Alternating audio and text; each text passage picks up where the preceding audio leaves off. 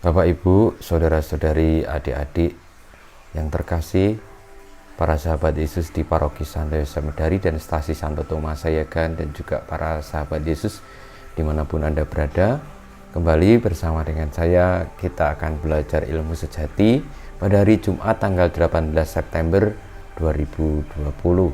Marilah kita merenungkan sabda Tuhan dan kita meresapkan pembelajaran ilmu sejati, yakni sabda Tuhan kita Yesus Kristus, dan kita mengawali dengan berdoa dalam nama Bapa, Putra, dan Roh Kudus. Amin.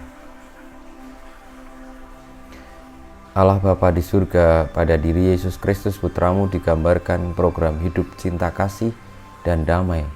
Doa kami hendak mengungkapkan hasrat kami akan dunia yang lebih baik berkat wafat dan kebangkitan Kristus. Sebab Dialah Tuhan pengantara kami, yang bersama dengan Dikau dalam persatuan Roh Kudus hidup dan berkuasa Allah sepanjang segala masa. Amin. Bacaan Injil pada belajar ilmu sejati hari Jumat tanggal 18 September 2020 diambil dari Injil Yesus Kristus menurut Lukas bab 8 ayat 1 sampai dengan 3. Yesus berkeliling dari kota ke kota dan dari desa ke desa, memberitakan Injil Kerajaan Allah. Ke-12 murid menyertai Dia dan juga beberapa wanita yang telah disembuhkannya dari roh-roh jahat serta berbagai macam penyakit, selalu menyertai Dia.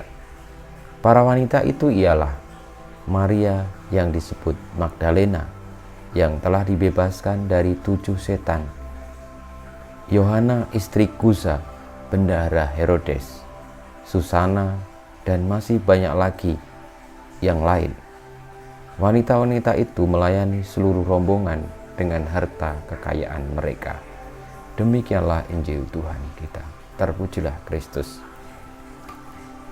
Saudara-saudariku, pada belajar ilmu sejati yang kita dengarkan dari bacaan Injil hari ini, tentu tidak mudah memahami apa maksud dari kisah Injil tadi yang menceritakan tentang wanita-wanita yang menyertai Yesus berkeliling dari kota ke kota, dari desa ke desa untuk memberitakan Injil Kerajaan Allah. Dan mereka, rombongan itu, melayani dengan harta mereka. Dan juga dikatakan pula bahwa wanita-wanita yang ikut menyertai Tuhan Yesus itu adalah mereka yang telah disembuhkan dari penyakit dan juga dari roh-roh jahat, dari setan-setan. Nah, tentu yang membuat mereka, para wanita dan juga murid-murid, menyertai perjalanan Yesus ini bukan karena semata-mata mereka kagum dengan Yesus saja. Meski mungkin itu pasti iya, tetapi lebih terutama karena tadi disampaikan bahwa Yesus itu memberitakan Injil Kerajaan Allah. Nah, kalau kita memahami atau mencoba menggali, Injil itu bukan hanya untuk orang Katolik saja atau orang Kristen sebenarnya. Karena Injil itu artinya adalah kabar gembira. Nah, kabar gembira itu seperti apa? Nah, tadi sudah disampaikan bahwa orang-orang yang akhirnya mengikuti Yesus, para wanita tadi, itu adalah orang-orang yang telah menerima kegembiraan. Karena dia dibebaskan dari setan-setan, disembuhkan dari segala penyakit, dan juga ditunjukkan kepada kebenaran, kepada kebahagiaan yang sesungguhnya. Dan ini tentu menjadi tujuan ataupun menjadi perjuangan bagi kita manusia yang hidup di dunia ini, yang pada akhirnya semua pasti bertujuan untuk bahagia. Karena dalam hidup ini banyak sekali hal-hal yang membuat kita ini mungkin kurang bahagia.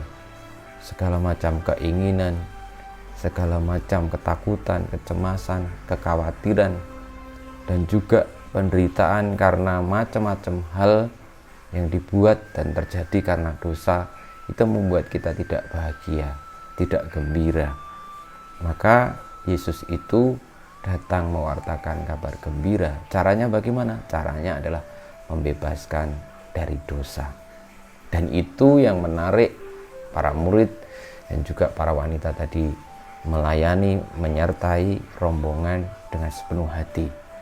Dan itu lebih mulia daripada harta yang dikumpulkan atau harta yang dimiliki oleh orang-orang itu, sehingga di dalam kisah itu diceritakan bahwa mereka melayani seluruh rombongan dengan harta kekayaan mereka. Artinya kekayaan itu menjadi bermakna ketika digunakan untuk melayani orang-orang yang mewartakan kabar gembira atau Injil Kerajaan Allah, yakni terbebasnya manusia dari dosa.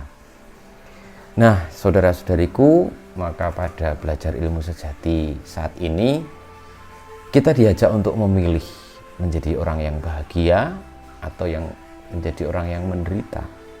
Kalau kita mau untuk selalu bahagia, ya ikutlah dan dengarlah, taatilah kabar gembira, lalu wartakanlah itu kepada sesama, karena itu lebih berharga daripada harta yang paling berharga sekalipun, yang membebaskan kita dari setan, penyakit, dan juga semacam kekhawatiran, kecemasan, ketakutan, dan segala macam yang membuat kita jauh dari kebahagiaan. Tentu memang tidak mudah, karena yang kadang-kadang kita pahami sebagai kebahagiaan itu adalah masih sebatas luarnya saja. Tetapi kita ingat bahwa Yesus ini akhirnya juga menjadi contoh bagaimana kebahagiaan itu tidak hanya terlihat luarnya. Mungkin secara luaran kita menderita, tetapi hati atau jiwa saat itu kita bahagia. Saudara-saudari, marilah kita mohon berkat Tuhan untuk supaya kita tetap setia di dalam mewartakan kabar gembira, karena kita telah mengalami kegembiraan itu. Pada akhirnya nanti tujuannya akan sama. Kita rumahnya juga sama, yakni bersatu dengan Allah. Agamamu apa, posisimu apa, besarnya hartamu seberapa, semuanya akan sama ketika lalu akhirnya kita dipanggil Tuhan.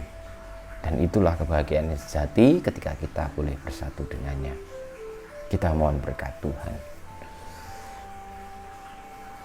Kemuliaan kepada Bapa dan Putra dan Roh Kudus, seperti pada permulaan, sekarang, selalu, dan sepanjang segala abad. Amin. Ya Yesus, jadikanlah hati kami seperti hati-Mu. Tuhan bersamamu dan bersama rohmu.